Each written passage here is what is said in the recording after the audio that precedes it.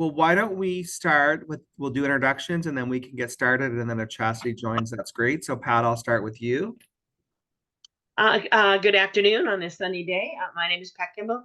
I'm a recovery ally and current chair of the Maine Council. And Todd. Good afternoon, everyone. My name is Todd Brackett. I'm the sheriff in Lincoln County. And Gordon. Gordon Smith. I'm the state's director of opioid response in Governor Mills' office. I'm Tucker Pay, summer intern for Gordon. Excellent. And Ella. Hi, my name is Ella Keeson and I'm with the Attorney General's office. Haley. Haley Tranko with the Attorney General's office. And Mary. Mary Coyne, I'm the coordinator for the Recovery Council. Great. And my name is Joe Everett, and I'm the president and CEO of the Opportunity Alliance and the chair of this committee. So welcome, everyone. And I'm going to start the meeting with you, Mary. So we'll start talking about the application process. We're continuing the conversation and talking about the scoring rubric, et cetera. So take it away. Sure thing. So my hope for today is that for the next step in the grant application process, as you all know, at the March Council meeting, I think that was the last time we reviewed it all together.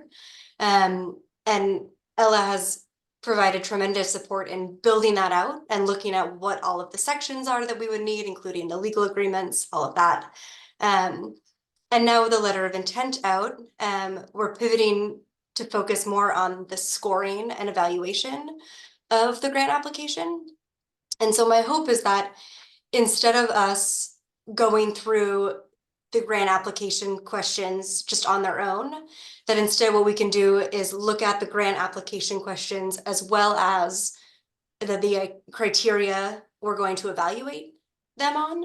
And then from there, what I can do is once we have a sense of those questions, and again, the criteria that we're looking to score, at the next Program and Grants Committee meeting, I can come with a scoring rubric essentially built out once we have a discussion around what it is that we're trying to assess.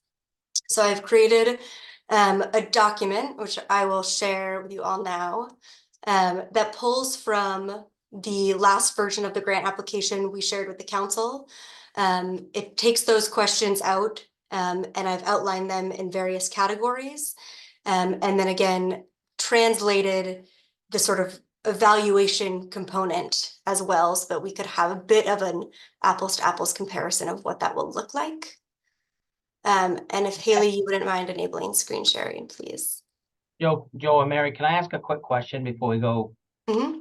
I was playing with the letter of intent earlier. Mm-hmm. I thought that we were going to be a little bit more clear in the heading, the opening page. Mm-hmm. So this may or may not be your only opportunity for funding in 2025 or something like that. We had some discussion around that. I mean, the deadline, all that stuff, it's well written. I thought we had talked about making that a little clearer. It's not a big deal to me. It just wasn't really clear that, I don't know if it'd be clear or maybe that will be in the posting, when you post the availability of things. I don't know. Or did I get that wrong? I may have misunderstood. I do believe we discussed that, and in the letter of intent that I sent over to folks at the state today to post, I did include an overview, which I don't believe that was included, Todd, in the link that I'd sent around to you all. It does provide, again, an overview of the grant application, and that it does, reiterate that the letter of intent is the first step in that application process. And that if you do not submit a letter of intent, you will not be eligible to apply for grant funding.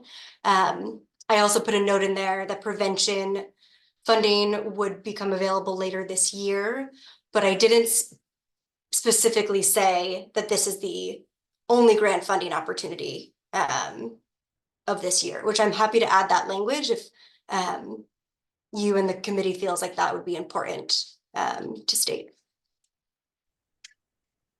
Well, I didn't get the sense that I think what I heard what I recall from the council meeting was, it's probably fine with all that other information. I don't want to overthink it. I do think that, I thought Gordon had made a suggestion about some language that kind of left it open-ended. So maybe Mhm. just not talking about it at all leaves it open-ended, not, we don't know that it will be the last one, but it may be. We've got more money coming in, right, potentially, so who knows, how quickly we'll be able to act on that, so I'm okay with it. That's the only thing that jumped out at me as not being, clear to me when I was looking at that letter of intent. Yes, and thank you for bringing that up because I do think, it's posted on the website or will be posted on the website, but I do think it's important that, if that link is circulated to folks, via email or whatnot, and they're not going directly to the website, making sure they have all the information is important. So that now is included when you first open the link. And I believe that with, again, the prevention grant and then potentially an innovation grant, if we see that, that would be appropriate, we can really highlight in the next grant round that these are the final components really of the funding that we're putting out for this year. All right.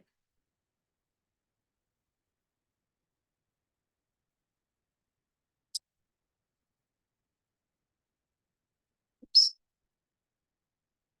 So this is, can everyone see this? Wonderful. Yes. And so as I mentioned, what I did here is I pulled the grant applications as we'd had them and put them on the left-hand column here. And then I looked at what sort of criteria we could score those questions on and what we would be looking for really in the responses from applications. The way that the scoring criteria is worded right now can be changed, and I'm sure will be changed. This also doesn't keep us, doesn't adhere us to a specific method of scoring yet either. So if I would prefer if we can have, again, this sort of big picture discussion first, and then once we have a better sense of, again, what it is we're looking to evaluate and score, we can determine what the best process for doing that would be. And if whether that goes through the grant and programs committee or is brought to the full council, I don't think makes much of a difference, but I do believe the program and grants committee will benefit the process by providing these basic recommendations to begin with. Before I start, does anyone have any questions or thoughts?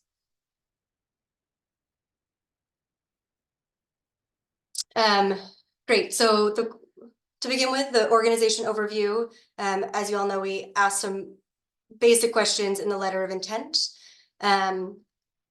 regarding the organization. This doesn't take any of those questions, and there will probably still be some, additional questions we want to ask.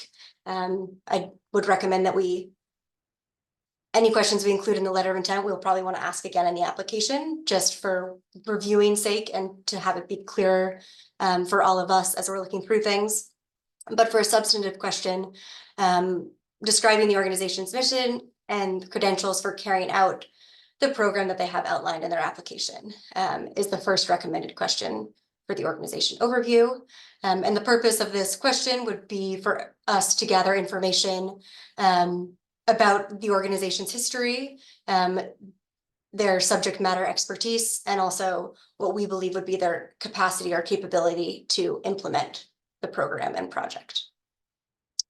Regarding the organization overview, are there any thoughts from the committee around additional questions that should be asked or additional criteria that should be evaluated?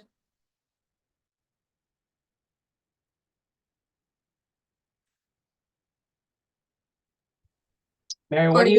what do you mean by credentials? You're looking for like, okay, we're a 501c3 nonprofit, or what do you mean by credentials, mission and credentials? Or you just mean, what are you looking for there? Yeah, so the intent there was, and credentials, that wording that might not be the best word choice, but really to gather information about why this organization has, you know, the capability to do the project that they're outlining. And, you know, I think credentials in this instance could extend to, you know, do you have a proven history of successfully implementing projects like this? Do you have individuals within your organization, you know, who individually have demonstrated that history of success? Or this could also be the opportunity to add information about, you know, people with lived experience and that perspective that they might be bringing. It was really a way to kind of go beyond just what's your mission and tell us a little bit more about why you think you're fit to carry out the project that you're proposing.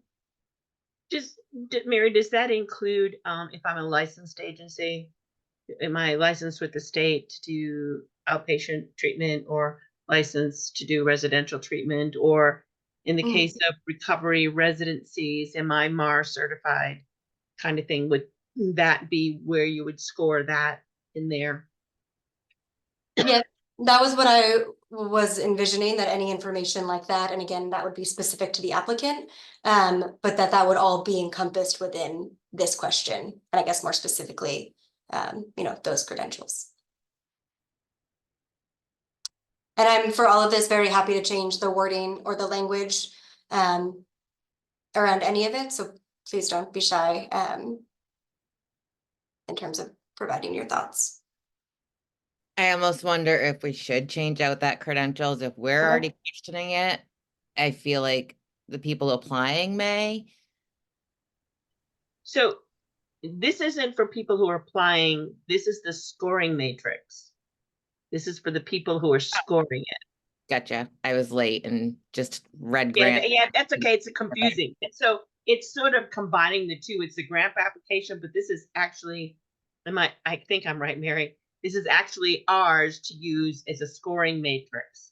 As we see their grant application, one criteria that we're going to score is the organizational review. And this is the kind of things we're looking for in the organizational review. I believe I'm hearing you correctly, and Chastity, I can kind of reorient us. So this left-hand side, these application questions, I am imagining that these will be directly on the application. So in that sense, Pat, they would be filled out by the applicant. And this scoring criteria allows us to say, okay, what information are we trying to assess and evaluate from this question specifically?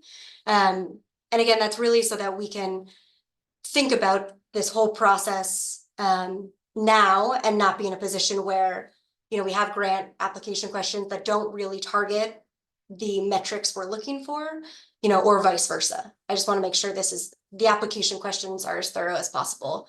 And again, touch on all of those different evaluation pieces. And I'm happy to change this to straight credentials and replace it with another phrase or wording. Okay. Yeah, if we're questioning it, she's right. If we're questioning, if they're looking at it, we should change it. Yeah. Wonderful. Are there other pieces of, you know, scoring criteria that the council wants to consider when evaluating the organization itself?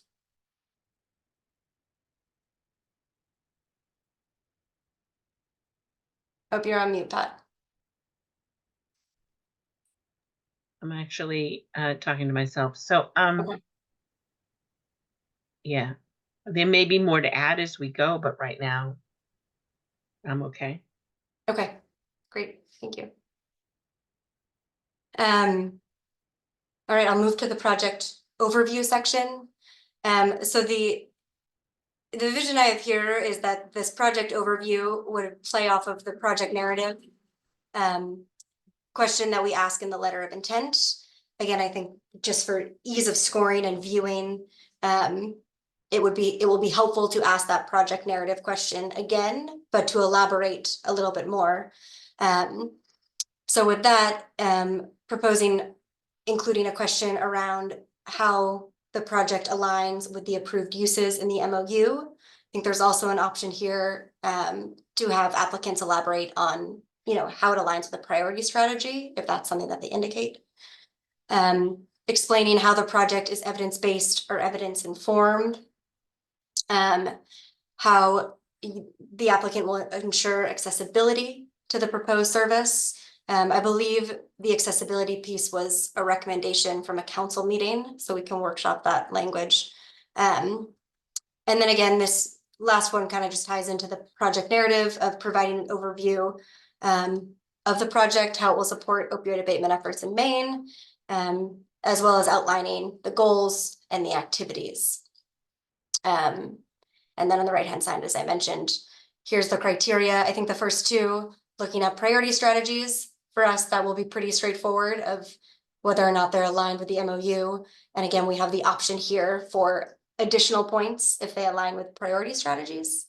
And then for us to evaluate, how well we believe the project was described and also how it was described in terms of the evidence-based or evidence-informed, whether or not they provided resources, all of that information.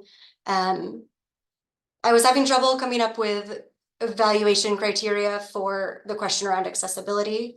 So that would be something that we can discuss. And then when looking at the project narrative, do the proposed activities link to the goals, and do they do so in a logical manner? And then are the goals specific and realistic? And again, measuring progress towards the outcomes that are identified. That this last part feels pretty standard to me in terms of any sort of evaluation, even outside of a grant application, but happy to adjust that as the committee sees fit.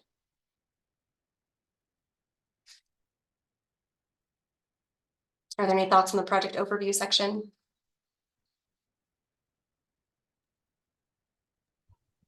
Mary, when you talk about how will you ensure accessibility to your proposed service, are you looking at things like barriers to seeking treatment, like transportation to get there, or fee for service, or is that the kind of thing that you're looking for to get at that question? That question, I'm trying to remember specifically. Yeah, I view that as, as being a way to tap into, Pat, what you were just mentioning of how are you going to ensure that people have access to this service? And I think that question can also be interpreted, as the project changes. And that will be a more straightforward question for some programs and probably less relevant for others. With that said, we could also include that question, as sort of part of the project narrative below, how you'll ensure accessibility and access, to those services that you're providing. And that I think also, could even tie into a collaboration and partnership component if that is necessary for the success of the project.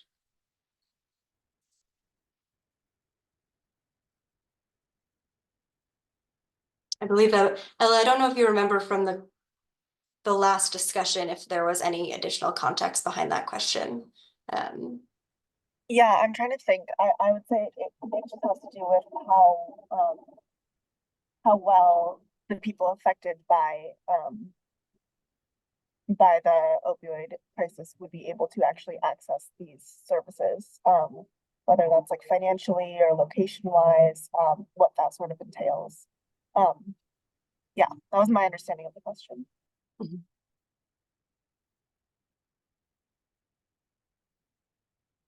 Pat, does that provide more clarity?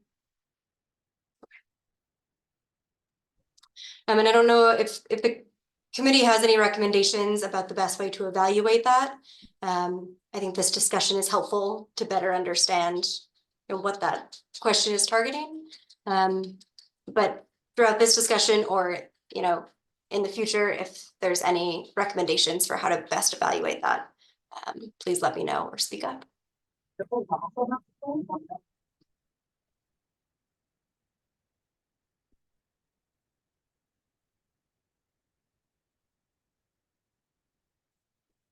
Are there any additional thoughts or comments? Can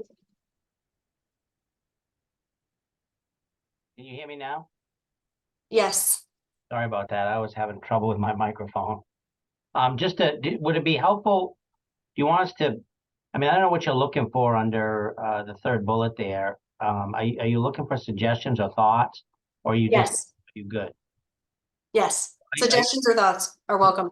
The first thing that pops up is like, I mean, there's a lot of things that a lot of places you can go with this accessibility, but I'm just thinking about a county like, a more rural county, Washington County, Piscataquis. I mean, we can go right through the list, but is the project centrally located?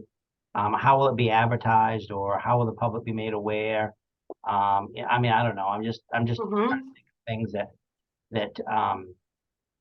if the project's going to be in Somerset County and it's in Cobb Gore, versus Bingham or Skowhegan, someplace more centrally located in the county. I don't know. I just, that's what popped into my mind when I looked at the question. Thank you. That's helpful. And that helps me, again, when looking at developing the rubric. Those are all things to keep in mind. Do we want to talk about hours of operation? Is it available 24 hours a day? Those kind of things. Oh, that's a good one. Yeah.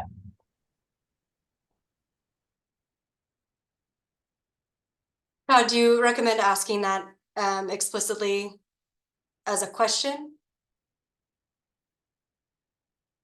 Well, I would want to, I don't know. Right. I just wouldn't, I'm just looking at a way to evaluate it. I mean, if it's Mhm. let's say if it's a, I don't know, harm reduction strategy around, syringe exchange or whatever the right term is. Forgive me if I use the wrong one. Um, would it make sense if it was only available from 7 in the morning till 10 in the morning versus, Mhm. I mean, I don't know. You know what I mean? So I don't know whether it's a important question to ask, or it would really probably depend on what kind of program they're proposing, right? Yep.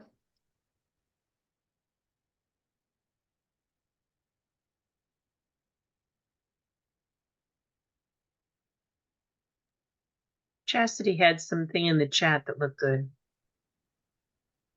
I can say it too. I just had to type so I didn't forget.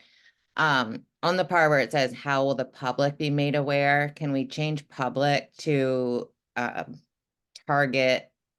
I already forgot the word I used. Target recipient, target populations. Just thinking like using the syringe exchange one. Mhm. I may not want my entire county to know where it exists, because then it may not be safe for the people who need it to know where it is. There can be a lot of the NIMBYism.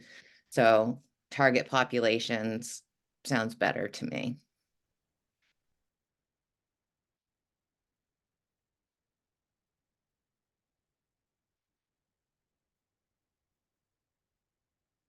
Great. Okay.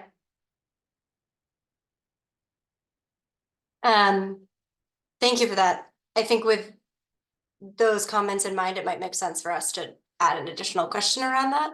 And that might also fit well under project impact. We can discuss that as we go, but that does seem like an important part of ensuring also the success of a program when we're reviewing these and evaluating. Any more thoughts on the project overview?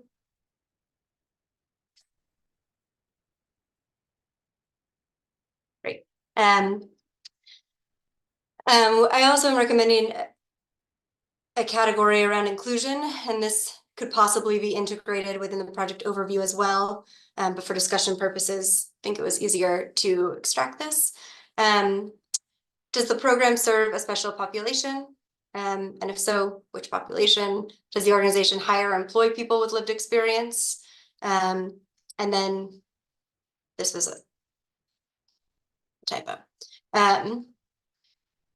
What this is really getting at is when we're looking at applications, you know, evaluating and potentially scoring higher those who have programs and services that are specifically catered towards target populations, and those are outlined in the MOU, so that would likely be mentioned.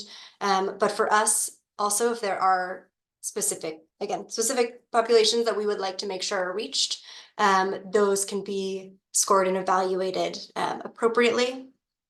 And then the question around, does your organization hire or employ people with lived experience?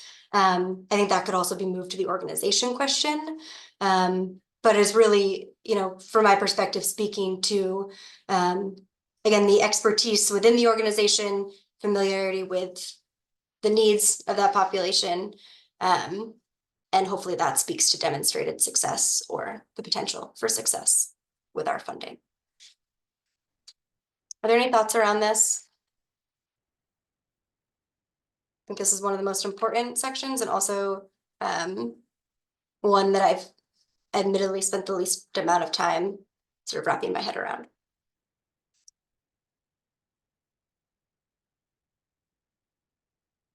Does the committee feel it's appropriate to ask this question around hiring and employing people with lived experience? Okay. We somewhat know that from the letter of intent. Yeah. But this, I'm hoping people will clarify that a little bit more about hiring practice and about the culture of their agencies. But I am wondering whether we should put something in, but I don't know if it's an inclusion. If it does, you know, Todd brought it up. Is it a rural area? You know, are they serving in an underserved rural area? Whether that. Well, you could combine that with the first question about, does the program serve a special population? You could say serve a special population or a unique geographic area. Yeah. Yeah. Great.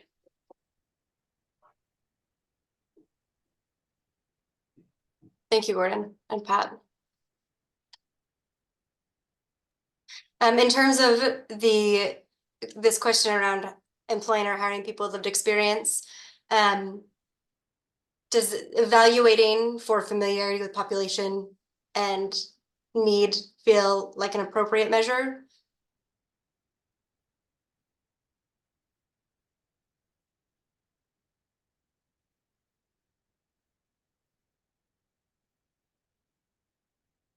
We can come back to that if there are any thoughts as well.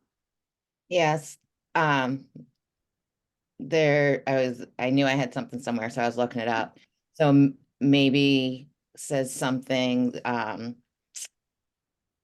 in the measure about it shows meaningfully incorporating people with lived experience.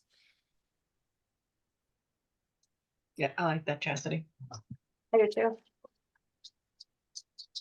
And then I'm going to go back one section to something that's just said in talking about rural areas. In the how will you ensure, maybe there's a sub question on this and people can ask, like, or we can ask, are there any unique barriers or any expected barriers to this? And that's where people can talk more about the rural nature and the barriers we face in these parts of Maine. Okay.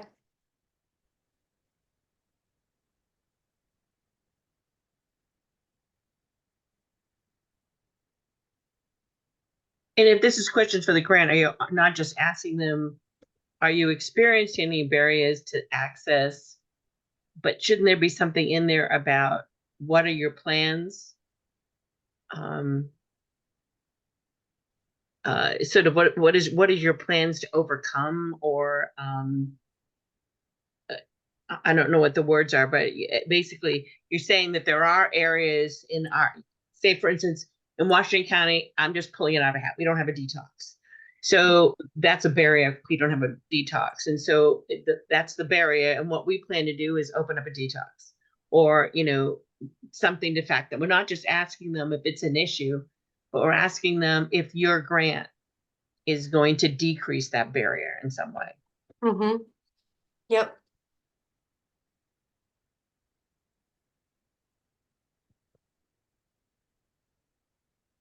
I think that's great. Thank you.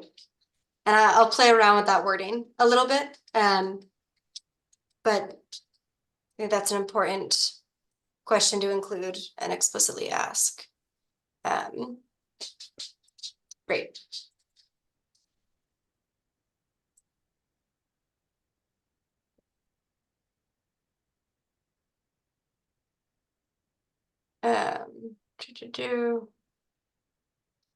Okay.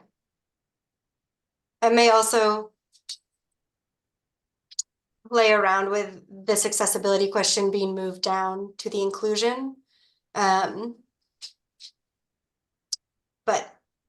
for today's purposes, that doesn't need to be decided. Okay.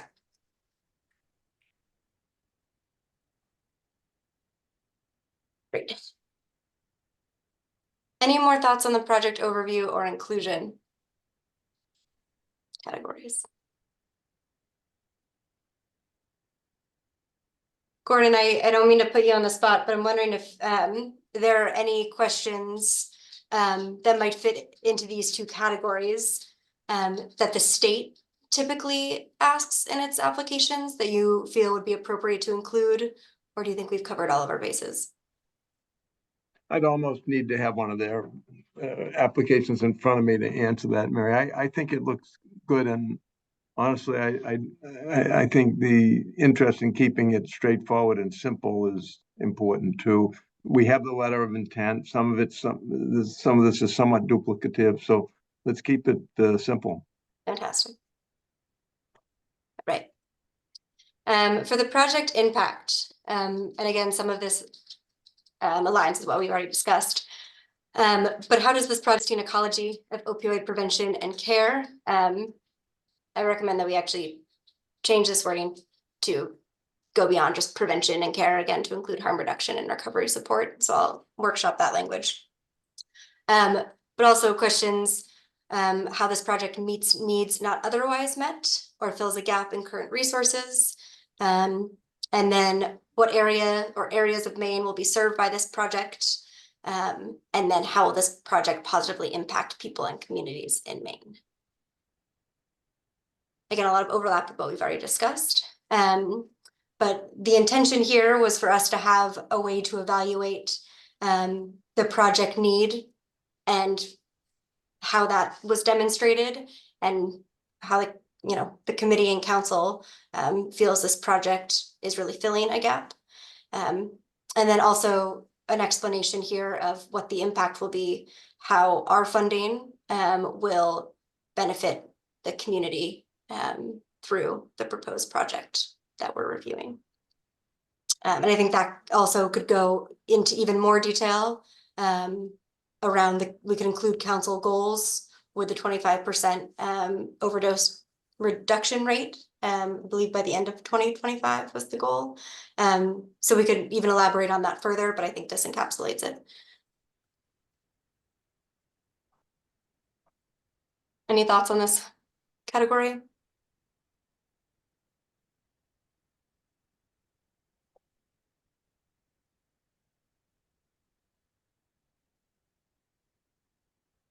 I'm wondering if the committee has any thoughts with how does this project meet needs not otherwise met or fill gaps in current resources?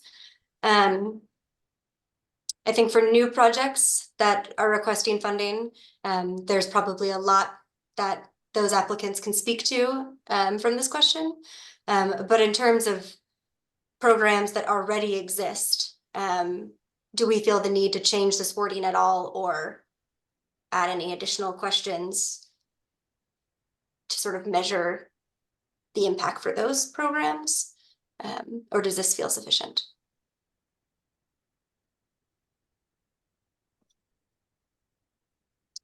Todd, if you're saying something, we can't quite hear you.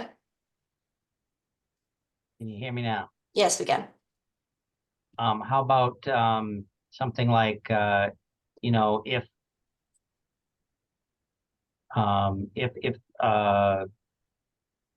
I just had it a minute ago, see, if applicable to your project or if applicable to your request or something, you know what I mean? So in other words, if it's an existing project, you know what I mean? Mhm. Might be another question, or maybe there is later on that says, how does what you're doing, or maybe it's the first question, you know, continue existing project or bolster existing services, or I don't know. But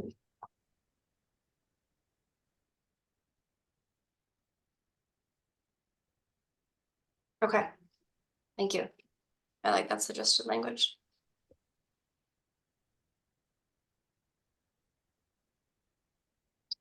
In terms of project impact, are there additional criteria we would like to evaluate?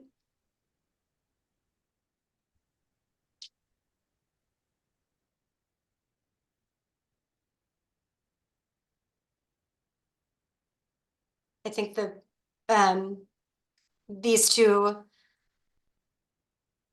areas of assessment, at least from my perspective, feel like two of the most prominent when we're evaluating applications. And I believe when we, again, are able to finalize a rubric, we can provide more detail within these assessment areas.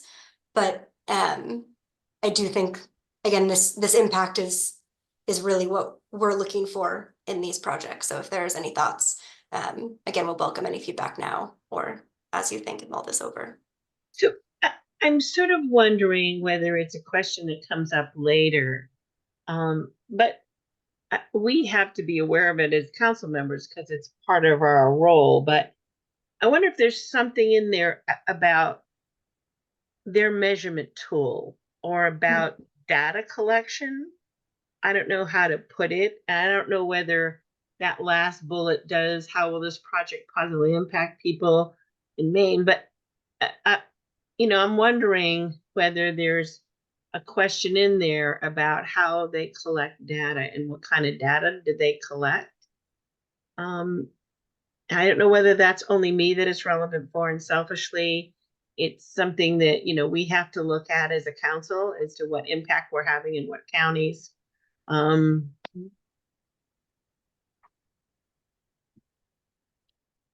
is that in terms of, what data they collect to support an eventual like reporting that we're going to require? Well, even that to reflect change. So, how do they use the data collected in order to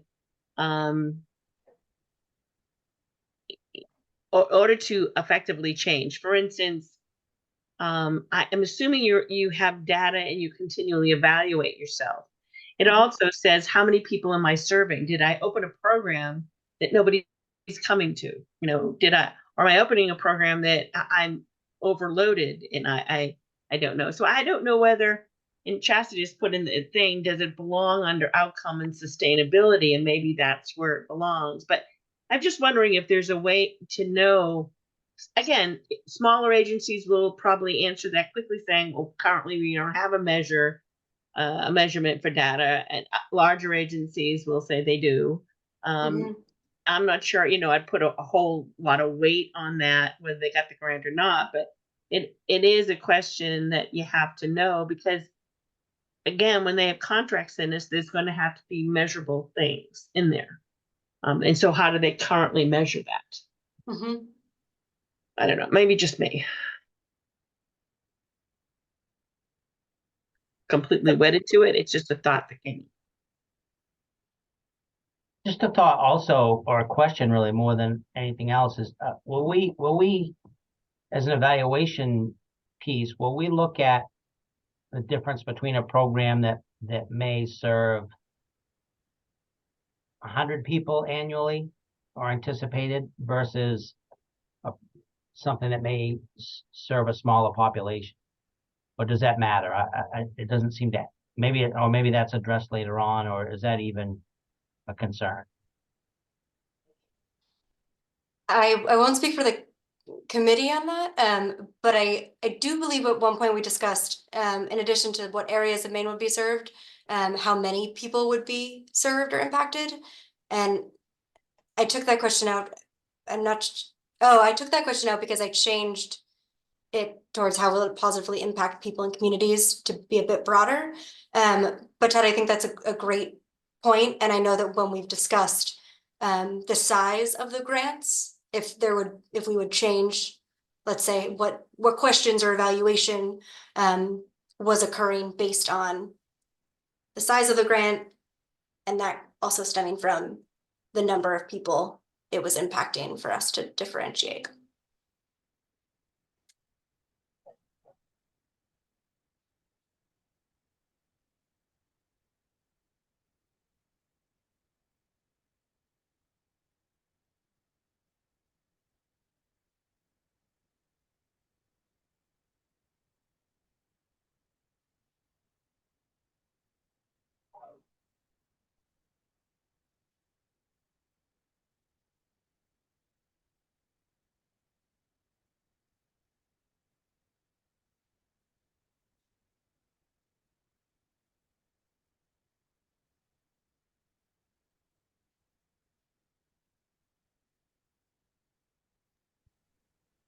I think that's a great question. Hey all, this is Kina. I jumped in late because I'm seeing patients, but I was just looking at this in terms of like number of people impacted, et cetera. I guess I just worry if we're thinking in terms of equity and we're thinking of like people of color, like obviously that's not going to be a huge amount of people just being in the state of Maine. So I wonder if we should just rephrase that slightly or just decide. I think what we're looking at, right, is like populations of impact. What's the breadth and depth? I don't know, but That's a great point. Thank you, Kina.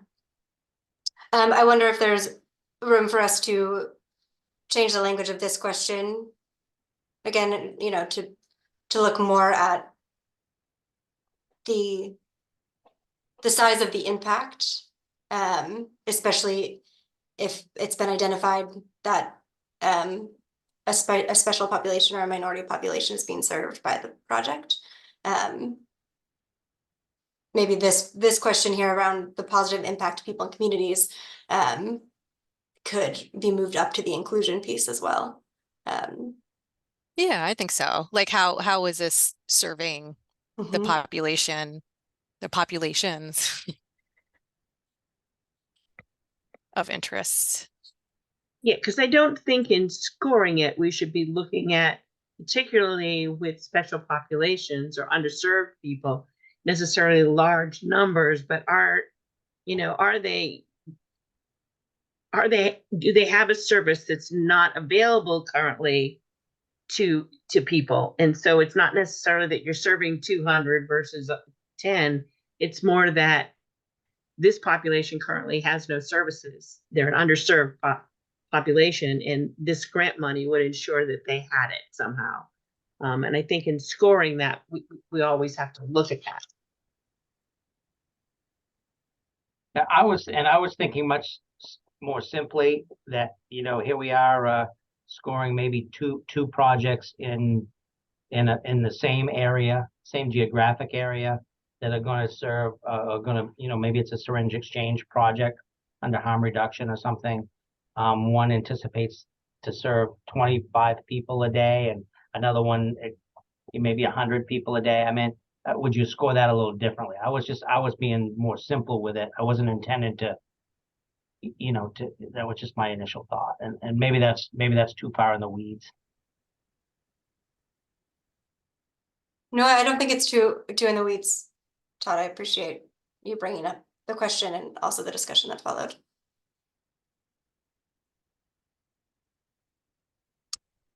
From what I'm gathering from the conversation, it sounds like having a question around how many people specifically will be impacted might not be the most appropriate. If we have questions related to the communities that it will impact, the populations, as well as the need it's addressing that is otherwise unmet. Would the committee be comfortable not including a specific question around how many people will be impacted?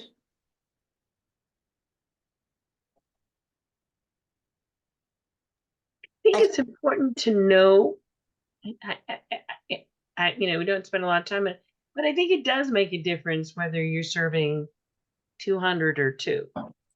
And I think again, but then again, hopefully in that, if the smaller amount is serving a population that currently has no services, then it's different than if somebody, I'm serving, 300 people. This program only serves 20, but it's serving a population that nobody currently serves. But I do think it makes a difference a little bit as to how many people they expect to serve. Mhm. And I think using the word service or serve has a different meaning than impact. Mhm.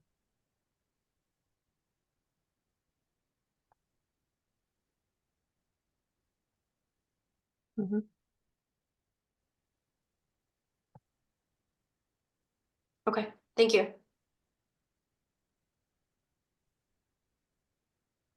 I wonder if there's a more appropriate place then for this question than impact. Or we can, all right, we can play around with that.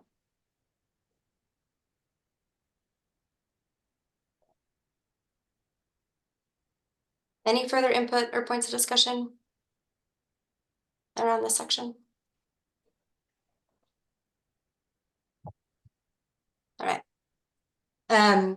Piggybacking off of that, in terms of measuring outcomes, Pat, as you've alluded to, and also the sustainability of the projects, a couple questions that we could potentially include are one, how will your organization measure the success of the project? And Pat, that might also go to what you had mentioned around the data collection that might currently exist or intends to exist.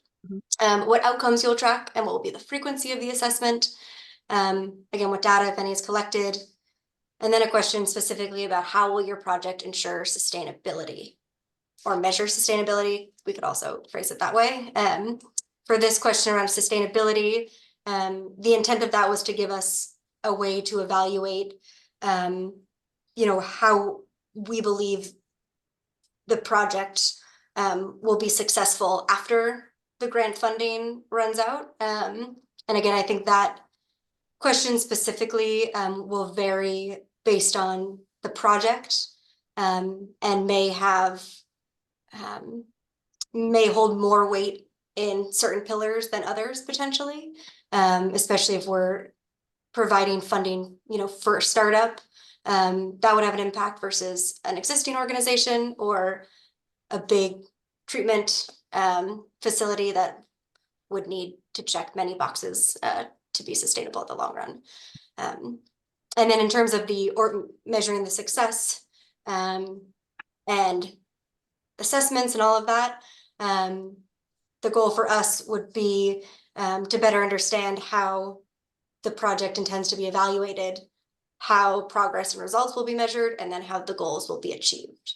And that will also play into the project narrative questions and what was outlined as the goals, and give us a space to evaluate whether or not we think those will realistically, those goals will be met.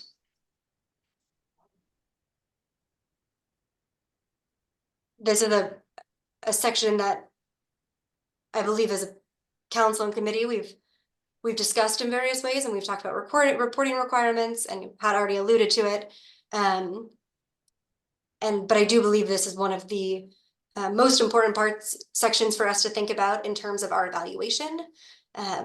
So if anyone has any thoughts to start us out, the floor is all yours.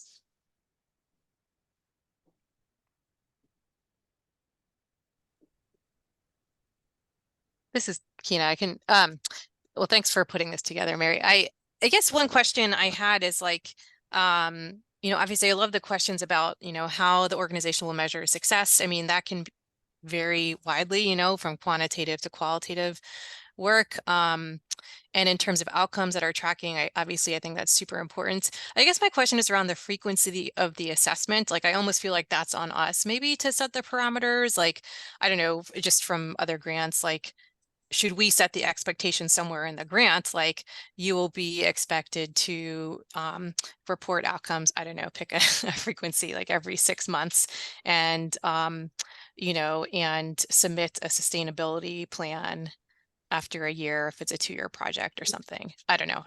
I'm throwing that out there for discussion, but Thank you. And in my research around other grant applications, specifically opioid administration applications, most do, I mean, all of them ask a question around sustainability. Most, I believe, do require a sustainability plan. So that's a great point, Kina, that we could also include that as required or recommended documentation, that we could provide that like the budget template. Or we could differentiate, you know, for certain pillars or for certain projects, if we feel like it's necessary to have that included. We could replace this question or go above and beyond that. And I also agree that the frequency of the assessment, that's not as important for us as providing the information around what our reporting will be, and then you know, ensuring that reporting can be met by the applicant. I don't know, in your experience, if there's a question usually within a grant, you know, explicitly asking whether or not the applicant believes it can meet the reporting requirements, or if that's part of the evaluation process that we will do, you know, from all these questions. yeah, that's a good question. I mean, I think it's a little bit of both, you know, like the assumption is, yes, if you're applying for this, you'll be able to meet those demands, or not demands, but, you know, reporting requirements. And also the evaluator part is also like, do they have the infrastructure to be able to apply for something like this? So I think it's a little bit of both. But that being said, I know we've talked about like, what if it's a smaller organization that needs some technical assistance? Like maybe it's like, if you anticipate, or do you anticipate needing some technical assistance to meet these reporting guidelines or something? Again, just thinking about smaller organizations as well. Yep.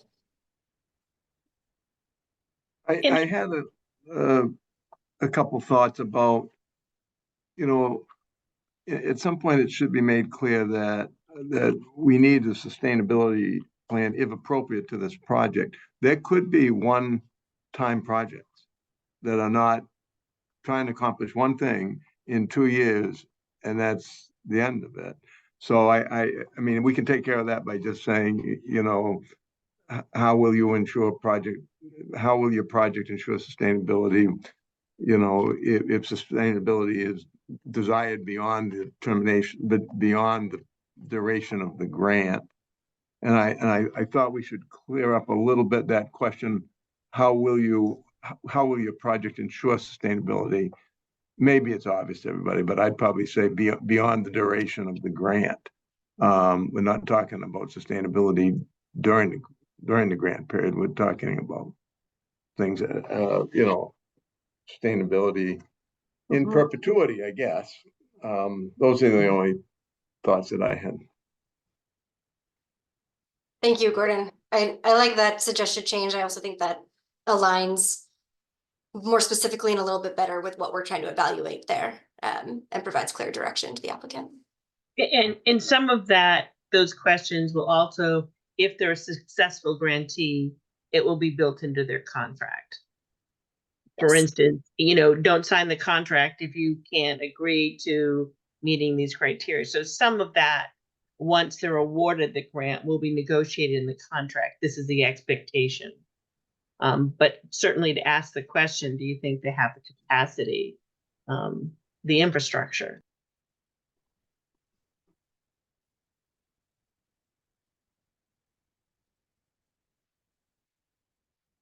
Okay.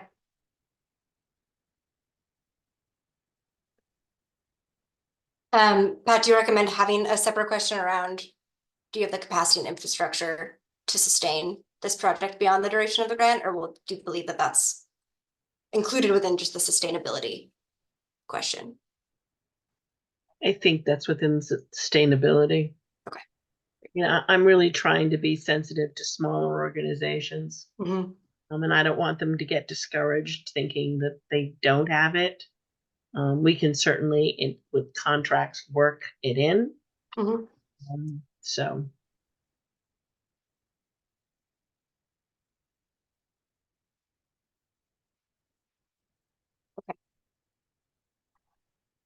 That's a great point. Thank you. To back us up a little bit, what outcomes will you track with Keena's suggestion of omitting the frequency of the assessment? Does the committee believe it's appropriate to omit this question entirely? Given we will be providing and requiring certain. I wonder, Mary, we could just say and describe how you will collect the data at the reporting guidelines or reporting deadlines or something. I mean, I hear you. I think it is important, Mhm. obviously, to recognize that we need to collect the data, but maybe just knowing that they have a game plan for how they will collect it. Okay. All right. Yep.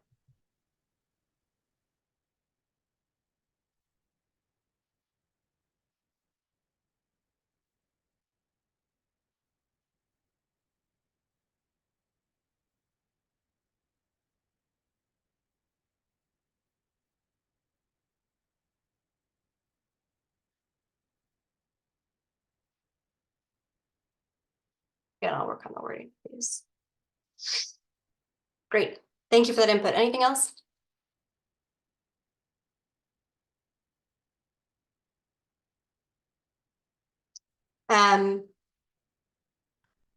Well, that's great. So the last section is really around the budget narrative and the budget template.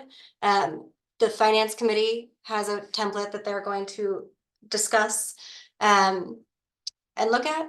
And so I didn't include much information here from an evaluation standpoint. We would be looking at how detailed and realistic we believe the budget is, and also it provides a clear justification of those expenditures. And many of those details, again, will be worked out within the budget template and from Ben's advice and leadership. So nothing really to discuss there, unless the committee has anything they would like to mention. I do. Yes. So in this one, we've all Mhm. mentioned thinking about small organizations. Mhm. And a lot of those organizations may not have the experience or even the staffing to have like a really nice application like other places. Mhm. So I wonder if there is a scoring mechanism we can put in there, like, so those small places do get some points just for being like small grassroots. I'm thinking about this, like that the SAMHSA harm reduction funding, when that finally happened, there were so many small harm reduction programs who have needed funding forever, and they couldn't apply for it because they just didn't have the expertise or the staffing to be able to put into those big applications. So some way that we can even the playing field a little bit with that for the small organizations. So Mary and I had a conversation, and I don't know whether, I'm going to make Mary's head spin, but we talked at one point before the grant was set out of inviting the possible grantees to a meeting where we actually would do some assistance in going through the application. And then we can also, like a lot of grants, you have up until so much time to ask questions. And I've also been involved with other grants where I can call at any time, and like, I hate to pick on the United Way, but the United Way is one of them. If I'm a small agency and trying to get through that application, I can call the United Way anytime during the application process and say, I'm having problems with this. What does this mean? And so they sort of walk you through it. So we haven't had that kind of conversation yet, but that may help the smaller agencies if we offered a 1 day or a half day or 2-hour training of anyone who's eligible for the grant. We can even do it on a webinar kind of thing. We haven't really talked about it, but that may give those smaller agencies a one-up versus a large. But as someone who's reviewed grants before, it's real obvious, the smaller agencies versus professional grant writers.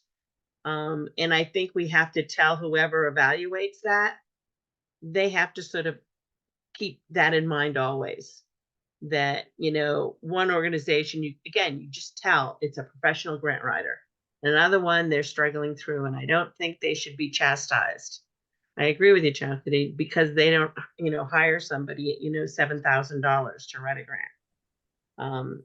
And so that I think that needs to be somewhere in the scoring that we understand that. I mean, I don't want to punish large agencies either. If they're fortunate enough to have it, yeah. But we could, talk about like a training mode, do something.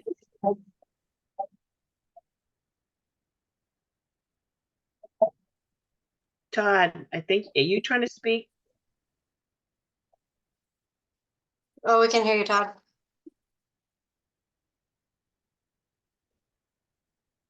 How about now? There we go. All right. Someday I'll get this figured out. I don't think so. While we're talking about other considerations and before we start losing committee members here, could we seriously consider, I've said this before, but could we seriously consider maybe a shortcut or a hybrid process, a combination of this grant application and the letter of intent for folks who are applying for, say $10,000 or less? I'm the recovery center in Newcastle, Maine. I'm relatively new, and I have to get people to Brunswick and to Augusta and to Rockland, to treatment or to whatever, to the methadone clinic, to whatever it may be, right? And I just need some mileage reimbursement for my volunteer drivers, or something that are getting people there. They're doing. I'm just, we can come up with 100. This is going to be a daunting process, I think, for them. And I just say again that and then, I know I've said this before. I apologize, but keep coming back to it. Yeah, I like everything that's going on here. I just think that it's really tough, and I don't think it would be. Maybe I'm thinking in my mind that it may not be too hard to have a question at some point. Maybe it's too late if the letter of intent's going live tomorrow. So I don't mean to. I apologize for that.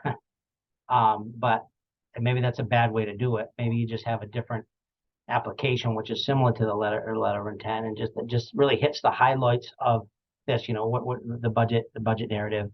What are you going to use that money for? How are you going to use it? How many? I'm not saying we don't include some of this information. I think you get my point. I'll shut up. I hear you on that, Todd, and it makes me wonder, as the LOI goes live and we start getting them in, if there are multiple that are small like that, less than 10 grand, then we just make the decision then, like, hey, why don't we reach out to these guys, ask them for a budget, and then just decide from that and offer a contract, instead of saying, here, apply, and then we'll consider, and maybe it's a case by case based on what we get in with the LOIs. I somewhat agree with that. I think the LOI is doable even for small agencies. I think that if they're used to applying for even like Kiwanis money or Lions money, or the Tabitha and Stephen King Foundation grants, they're pretty simple. But I don't think for those agencies that letter is really hard to do. And I worry if they don't even have the capacity to do that, where they are with being able to provide services. They may have a huge heart, but they may not be able to, again, on their own, be able to do what in their heart they'd like to do.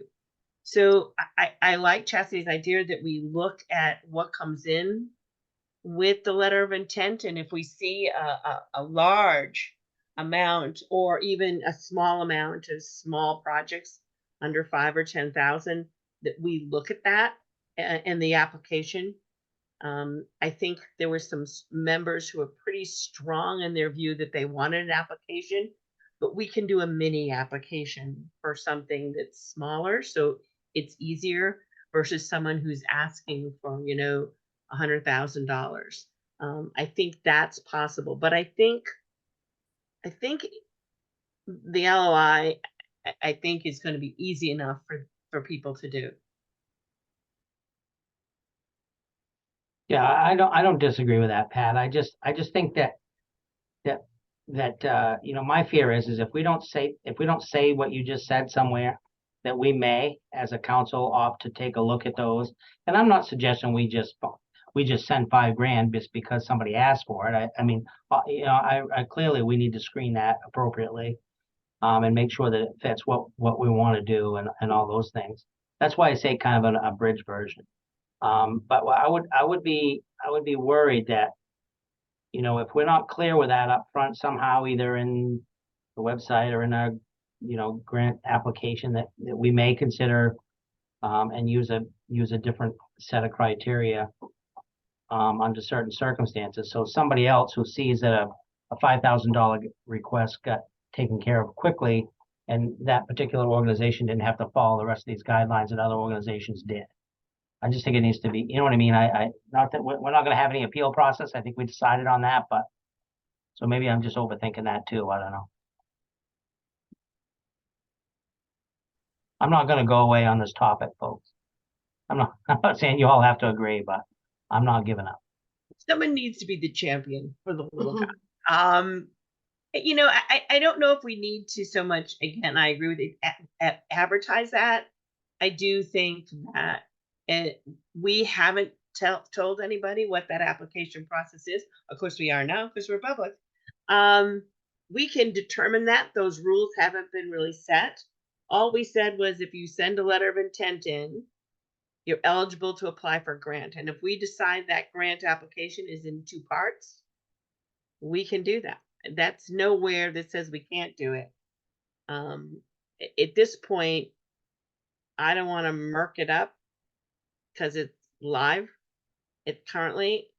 My thing would be to leave it alone, having in mind, once we see who's applying for this, we look to see if we have a mini application versus a large application. It's just my recommendation.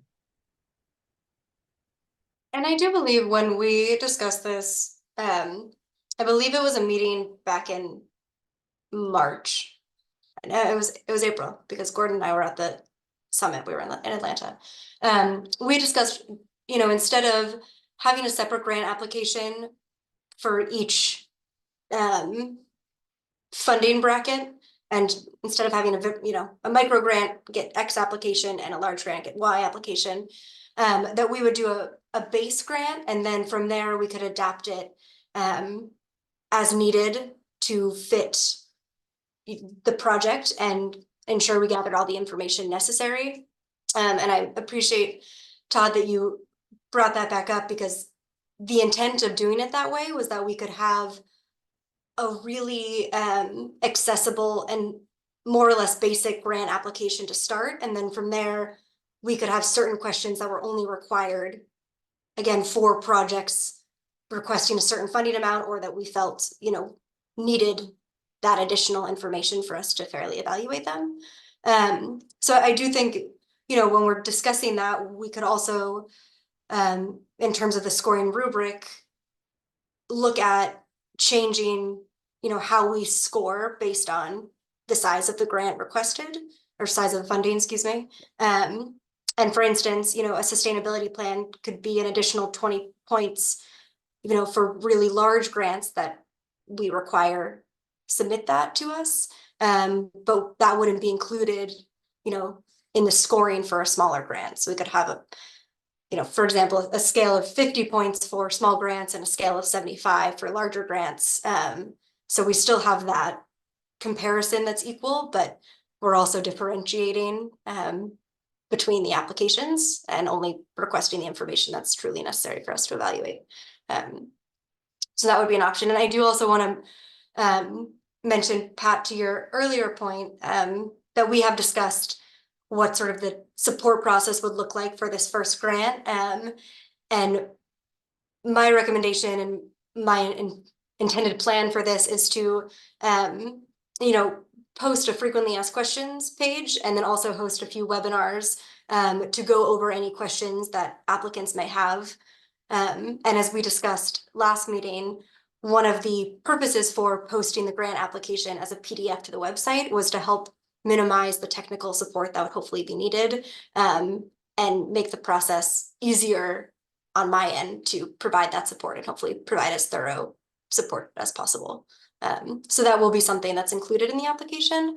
And the last thing I'll mention on this is that there is a bit of hesitation on my end just right now, given current capabilities and staffing, to have separate processes, especially with contracts, and to have to balance multiple timelines.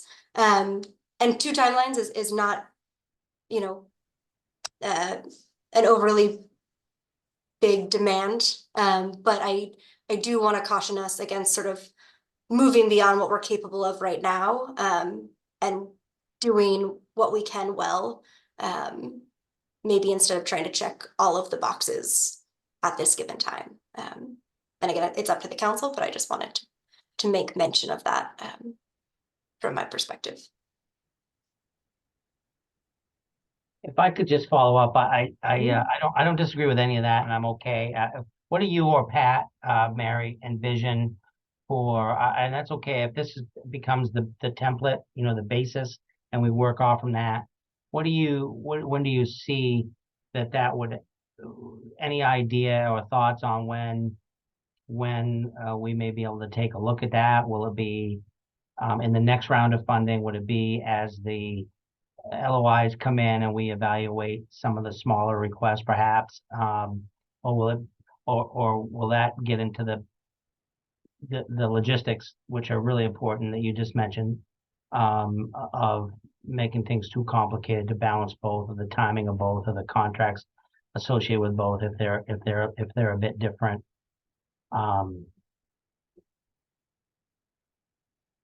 That's probably an impossible question to answer, but I just I just worry about how long it's going to take. So Mary, you want to answer that with your timeline? What's that? You have a timeline, so we know somewhat. Yes, I do have a timeline that is more detailed than what was presented at the full council meeting. It looks at sort of what we need to accomplish by meeting. And so with that timeline, realistically, I think the earliest we could possibly put these grants out would be in July, at the July meeting, after the letter of intents are submitted and reviewed, and we move forward with those. If you're asking Todd about when can we look at the grant application, sort of the base skeleton of that, that will be ready theoretically by the next committee meeting for us to discuss. And the purpose of having this discussion now was to provide the information around what questions we want to see asked in that, and also again for us to be able to develop a scoring rubric to include in that, and that also goes with what would some of the language that we would need to add and the reporting requirements and all of that. So if I believe that was part of your question, and the answer to that is hopefully next time. And what I can do in presenting that is also highlight specific questions that, for instance, may not be necessary to include in the base application, but could be requested information as the council deems necessary based on, again, the submissions from the letter of intent. So my hope is to be able to provide us with, again, that base application to look at, and then say, okay, here's how we can adjust this moving forward. And we know that there's a lot of information that we'll gather from that letter of intent process. And that was really, again, for us, not only for the applicants to kind of, get started in the process, but for us to collect the information that we don't currently have around what the funding looks like for us. Does that answer your question?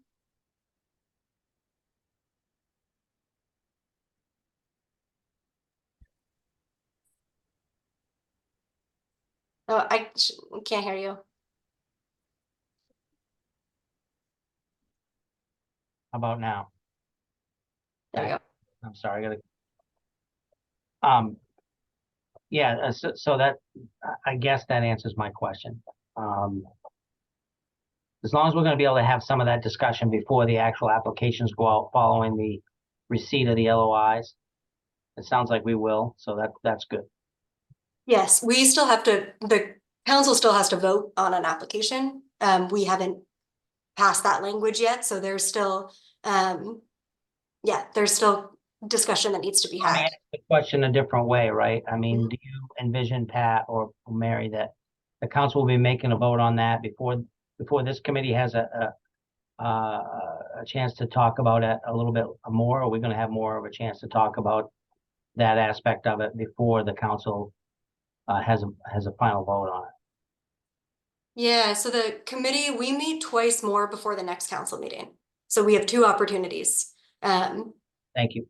Yeah, and in my timeline, the one that Pat and I are referencing, those 2 meetings, if we continue the bi-weekly schedule up until then, those would be dedicated to finalizing all aspects of the grant application before the letter of intent is received, and then we would, again, bring that to the council for discussions to happen from there on out. So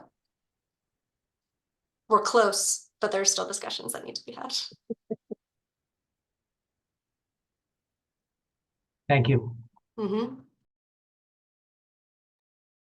Are there any other thoughts or comments, suggestions on this document before I close it out? No, nice work. Thank you.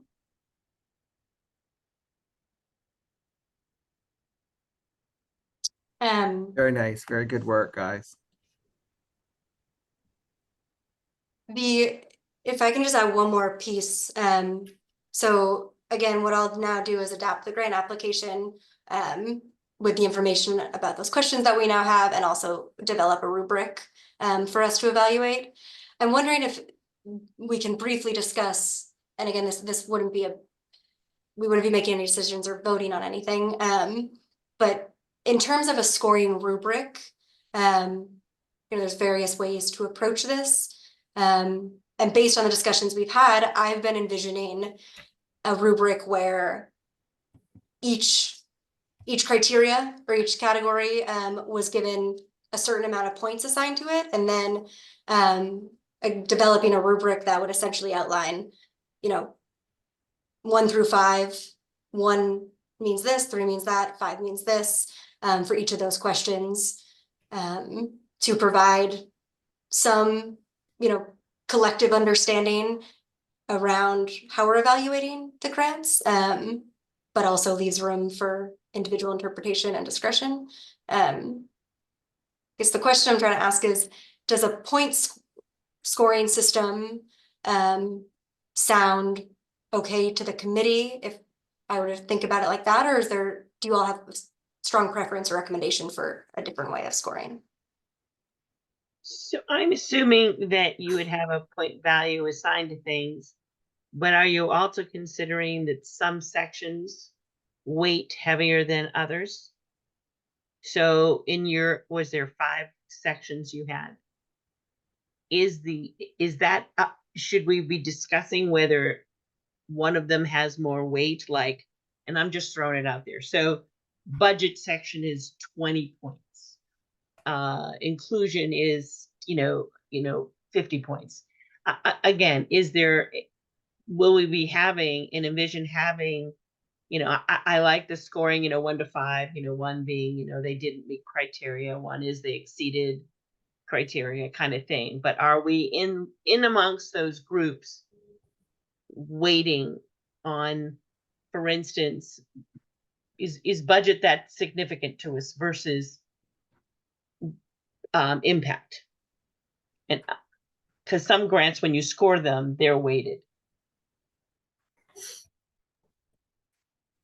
I'll weigh in and just my thinking, and again, completely up to the council and committee. But I was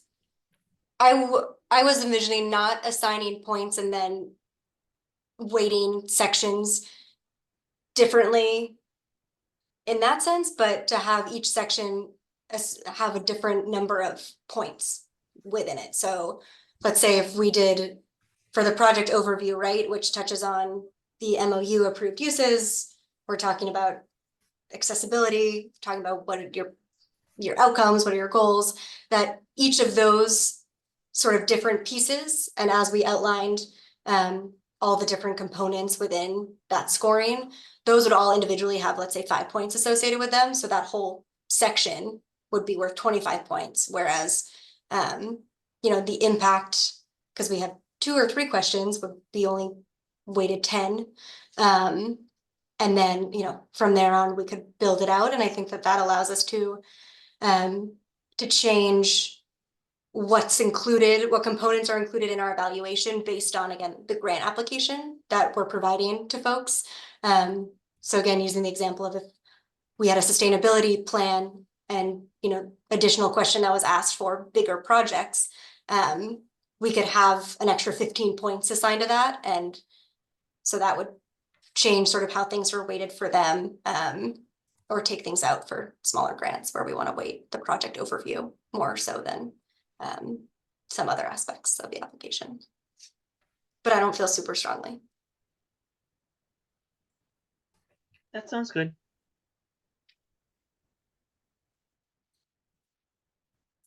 And Pat, to your question about the budget, I mean, it probably matters a little bit. Like if we were doing a state RFP, the budget has a pretty hefty score. We don't necessarily have to comply with that, right? Is that where your head is? Yeah. That's where I'm headed. Again, smaller agencies don't have CPAs and a financial department.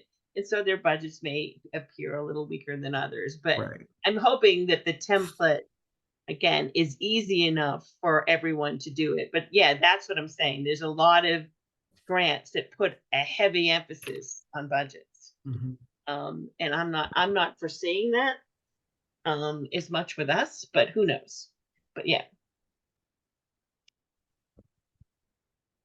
Mary, this is Kina. That all sounds good too. And I just emailed you one that we've used for research before, which would obviously need modifications. But one thing I liked about that too, I like the idea of the score for each section. And the one that we had done recently for a research grant, we had also underneath the score, just like a little free text area for strengths and weaknesses. So that can, giving a little bit, it doesn't have to be a novel, but if someone wanted to expand on their score with some explanation, could be helpful.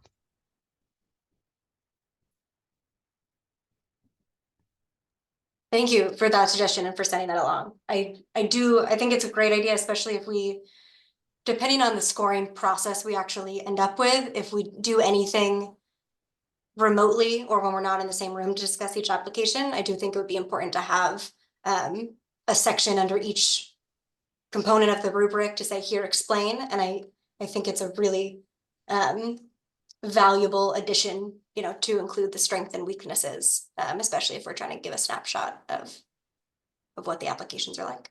Sure. Thank you. And yeah, and one thing, not to open this can of worms so late in the meeting, but in the research thing, there was a separate section for innovation. So maybe that is how, we can weave this into the grant when we all decide on our definition of innovation.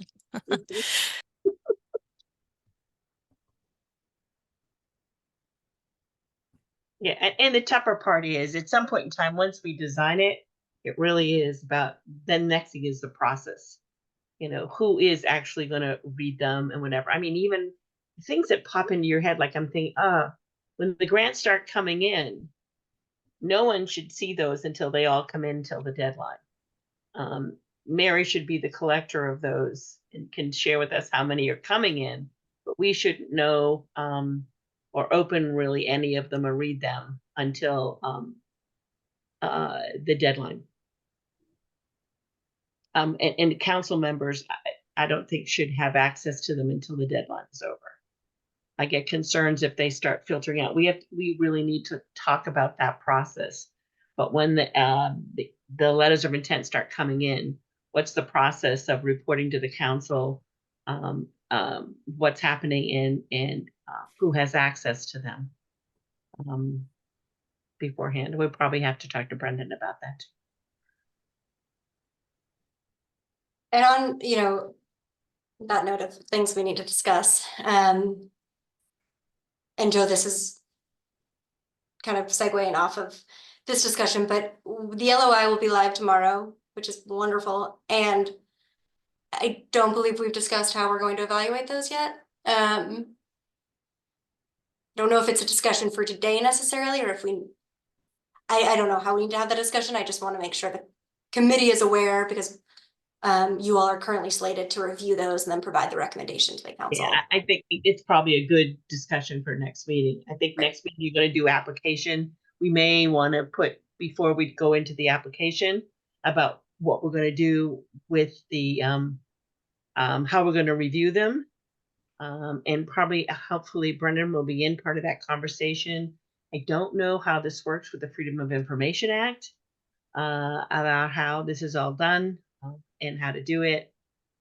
You and I can have a conversation with him, and then at the next meeting, Joe, you probably want to put it on your agenda first, that we discuss how we're going to do this. Yeah, so the next meeting would be the LOI evaluation conversation, kind of the application, keep pushing that forward and the scoring, Mary. But do we need to say anything about the timeline? I know we talked about it at the council meeting, but I was on Zoom and it was kind of hard to hear. But is there anything we need to talk about in terms of the timeline? Or did we get that settled at the council meeting? No, we did not settle it. I'm happy to, if it would be helpful, again, as we think about the cadence of our meeting schedules and the grant application, I can share with you the more in-depth timeline, and we can, okay. Bear with me. Well, while you're doing that, can I just ask whether, while I was out, was it settled whether our next meeting is in 2 weeks on the 28th, or are we going with 3 weeks or something different? Well, I would go ahead, Mary. No, you go, Joe. So, I mean, I really would like it to go 3 weeks if possible. I just think this is a lot for the council members. And I think if we can work between Mary, we'll do a lot of the work, and Pat and Brendan. So if we met, we'd be looking at June 4th. And then the applications wouldn't be coming in until July, or the LOLs till July, right, Mary? No, June. So I actually have jury duty on June 4th, and I have to host the Zoom. I don't know that it's possible for you all to meet without me. It's not, Haley. It's not. I'm sure it's not. Joe, are you actually could you be available, Joe, on the 28th? Yeah, I can do the 28th. I'm just trying to make, I'm trying to make it easier for the committee, but we can do the 28th, no problem. Yeah, I mean, I think it's important to meet before the council meeting. Now, in truth, the council meeting's on the 13th, so we could do either, but we can't do it without Haley and yeah, so let's keep with the 28th. Okay, sounds good. 3 to 5 on the 28th, yeah. And we got a lot to do there. Sorry, I didn't even think of that earlier when we were discussing it. This is Kina. If it's helpful too, I'm fine with meeting every 2 weeks. My clinic schedule is booked out now for several months, so like changing it to 3 weeks would kind of botch that. But okay, I can also just work over email as needed. Too, okay, so perfect. No worries, So yeah. we'll just keep it this way for a while. If people every 2 weeks, Joe? What's that? Keep it the every 2 weeks. Yeah, keep it the other. Just if people I'm just trying to preserve people's. It's a lot, so that's fine with me. Yeah, so with this timeline, so we're here today. And we got through that. So here's sort of what I'm envisioning could be discussed and what's on the agenda for committee and council meetings through September. If the Program and Grants Committee does meet on the every other week schedule, again, we have 2 more meetings until the June council meeting, and I think that would be really beneficial to give us time to finish up the grant application and have a final application and rubric to present at the June council meeting. Mhm. I think if we are able to do that, and we can wrap up early if needed, then we can have the full council approve the application, and then we can talk about scoring training, because we would need to put the RFI out or do something along those lines in June, ideally, to get the training done before the applications due.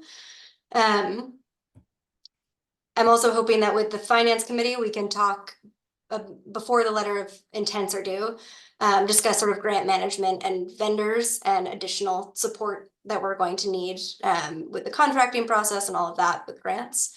I think the biggest part of the timeline, and we've touched on this briefly, is when the letter of intent submissions are due June 28th. The council meeting is July 11th. With July 4th holiday, I understand people probably won't be around for this July 2nd. So we could start after the June council meeting. We could move then to every 3-week schedule potentially. This assumes that schedule after July 2nd, so that the dates would change, but this is a long-winded way of me asking what the committee thinks in terms of the review of letter of intent applications and what is feasible to review those and then select applicants to apply for grant funding. And a quick question or two. Can you just give me the dates again? When the letters of intent are due when? June 28th. June 28th. And you This is Friday. anticipate that they would be the scoring on those and those decisions on which ones have made that threshold would be done by when? July something? So theoretically, those decisions would be done by July 11th, which is the July council meeting. Right, and that's the period of time that we expressed concern about, as I recall, at the council meeting, because so 4th of July is in there, and it's only like 2 weeks anyway, less than that. So, but again, we don't know how many we're going to get. We also don't know. My second question was a little more complicated in that are we going to be using a scoring metric for both the letters of intent as well as the final applications? And if so, is it the same scoring or metric, or are they different? And or am I just nuts to be I don't even understand enough about it to ask an intelligent question? You're certainly intelligent enough to ask that question, and we have not answered it. So far, we've only discussed the beginning scoring for the grant application. And then, as Joe mentioned, we're going to discuss the letter of intent scoring next time. Okay. My recommendation would be that the scoring is different because the letter of intent is so much simpler that it would be hard, I think, to evaluate. I can provide some recommendations next time, but I don't know if we necessarily need a full rubric for the letter of intent. Potentially a couple boxes we'd like to check, and then if those boxes are checked, moving forward. Again, that's also looking at the letter of intent more as an information gathering than a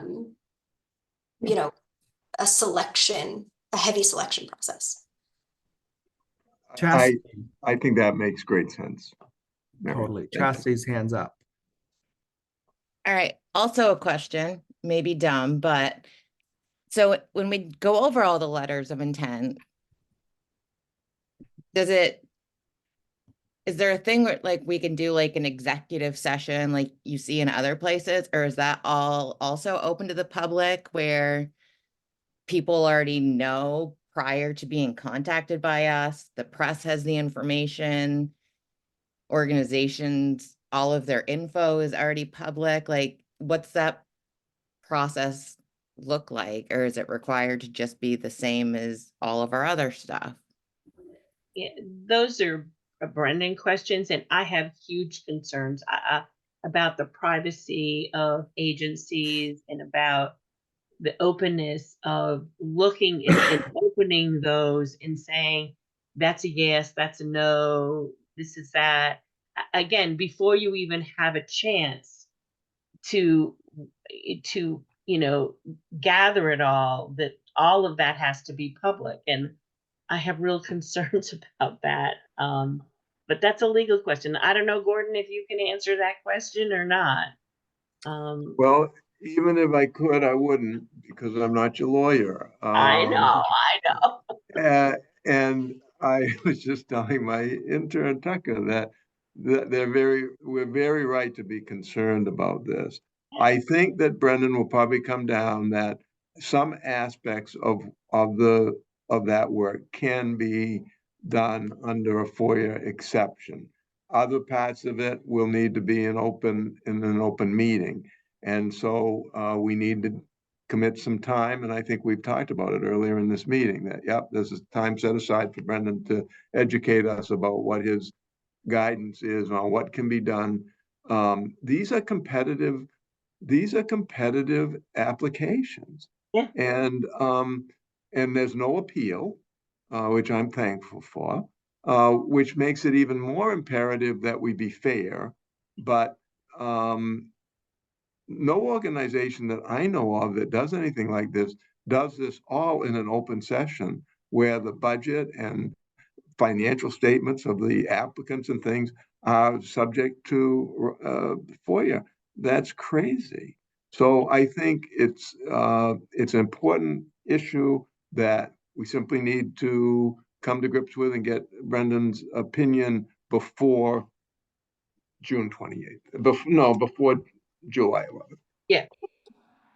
We had discussed it, and I believe Brendan is anticipating finding a way that these can all be graded, and that the applications won't go public until after the grant is awarded to someone.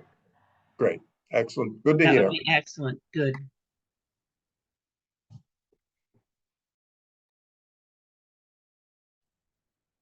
So with that said, does that imply the letter of intents could be reviewed either during a separate session, or could the letter of intent, after I review all of them and mark them for completion, could they be sent off? This is all hypothetical. Could the committee members review a set number of letter of intents, again, weeding out any sort of conflict of interest, that sort of thing, on their own, if we have a rubric developed, to then say which applications are moving forward and are going to be invited to apply to the grant funding? Because if that is the case, I think we'd still need to do it all together. We could just do it under an executive session. So you would even make the beginning of the meeting public. You would explain why you're going into it would be the same way we hired the coordinator position, where once you've explained to the public that you're entering, someone motions for you to go into executive session, then we turn off the camera and mute it. The only thing is, in Gordon, I know you're not our lawyer, but I believe there's a legal definition of executive session. And Brendan needs to go back and actually figure out the exact cause for this executive session and make sure that it's allowed under the statutes that created. We may have to call it something else, because I think executive session is for personnel issues only. But I'm not sure off the top of my head. Yeah. Okay. We've, in city council, we've gone into executive session for other reasons. There's like a list of reasons in the law. Could an executive session take place in lieu of a program and grants committee meeting? So could this convene in an executive session? Okay. If we were going to look at the letter of intent, that would be the best use of everyone's time. That depending on how many letters of intent come in, but that could be the perfect time where we review them. I mean, the ideal thing would be that we have them in advance and we're able to look at them and then have the larger discussion. But I don't know if we can do that. For me, I'd love to be able to have them review them and then have a discussion about my concerns or whatever in executive session and not have to read them right there for the first time. But I'll do whatever legally we have to do. But it's just my preference. I'll bring this up to Brendan, but I would say we put a pin in this conversation until we can ask him to give his opinion on it.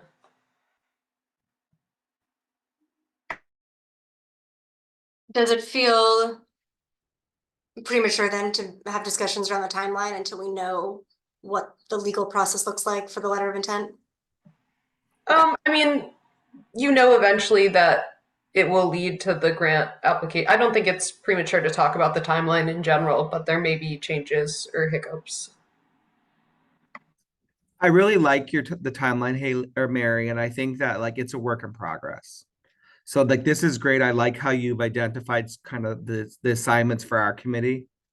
And Haley, I've taken that and I'm about to send you an email. So I think that we just continue this. It's a work in progress in terms of the timeline.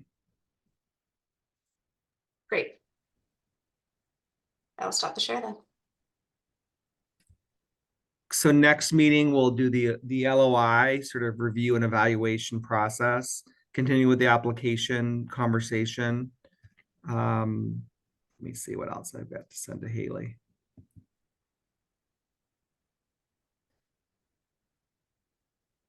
And then are we going to be ready, hey, Mary, to talk about reporting requirements next time, or is that premature? Or too ambitious? Ellie, you want to weigh in? We'll be ready. Okay. Will we have time? I would Well, say. we'll put it on. It's just, again, it's a rolling process. So we'll continue if we get through a great, we're getting through a lot of the big meat, the big piece of our entire process. My only other question that I don't know if it belongs back here is the money that got the contracts for the already the awardee. So is that at the council or does that need to come back here, Mary? I believe well, and I would need Brendan to weigh in about this too. I don't think there are any immediate needs around the contracts in terms of what is already like the contracts that are underway. We do still need to have discussions, which yes, will come to the committee, Joe, around one of the detoxes and the remaining SSP funding, I believe. And those discussions are more process questions of how do we want to allocate those and the process we want to go about with those. Yeah. The only really urgent timeline, Joe, is really Sangerville, because they've extended the purchase and sale agreement till June 15th, and we have to get them a check by June 15th. And Brendan's we're all very committed to do everything we can to do that. And then, the others as soon as possible, but working at a pace that is reasonable as well. So I don't think any of the actual contract language is going to have to come to the council. I do know that it's going to be reviewed. That first contract going to be it's going to be memorandum of understanding, and that the anticipation is that there will be other people look at the contracts, including people on behalf of the Attorney General's office, but I don't see the council members having to read every legal contract that we send out. I mean, if anybody needed to do that, we could delegate it to the executive committee. Yeah, I would be thrilled if it didn't have to come back to anyone. The executive committee, I think, will be fine. It's 5 months later, is my point. And Courtney just wrote a note about July 1st, which will be great. But I think this decision was made like on the 15th of December. So that's why I raise it. But it would be great if we don't have, if it can just continue to be worked through with staff and the executive committee. And Courtney, your hand's up. Yeah, just so that it's on the record for anyone that's listening, my understanding is that the youth organizations, at least the Mayan network, believes that the goal is July 1, and the organizations are prepping for a July 1 start for the work that they will be under contract to do. And my understanding is SSPs are also under that assumption. So Yes, and that is true. And I've spoken with the SSPs, not all of them directly, but with Peter Alfond and Mayan, and July 1st is being the goal for all of those. So we're in communication about those. And so if there are any hiccups, which knock on wood there won't be, they will be notified. But that is after the Sangerville contract, the SSPs and youth prevention, those are prioritized. And then we also have Franklin County and Tessa's house. And Brendan is working very diligently. I can promise you that, on top of everything else he has to do. So Mary and Pat, we'll leave it to you as you see fit. I think just wherever it needs to, whatever contribution you need from any of us, we stand available. But I'm not sure that you need us. So whatever you need, let us know. Great, will do. I think that everything right now is, again, no decisions need to be made, but if that happens, they will come here. Great. Okay, any other business? Nope. Well, thank you, Mary, and thank you, everyone. And try to get out and get some nice, warm, maybe sunshine. Get some sun. Bye, everyone. All right, bye all. Bye. Thanks.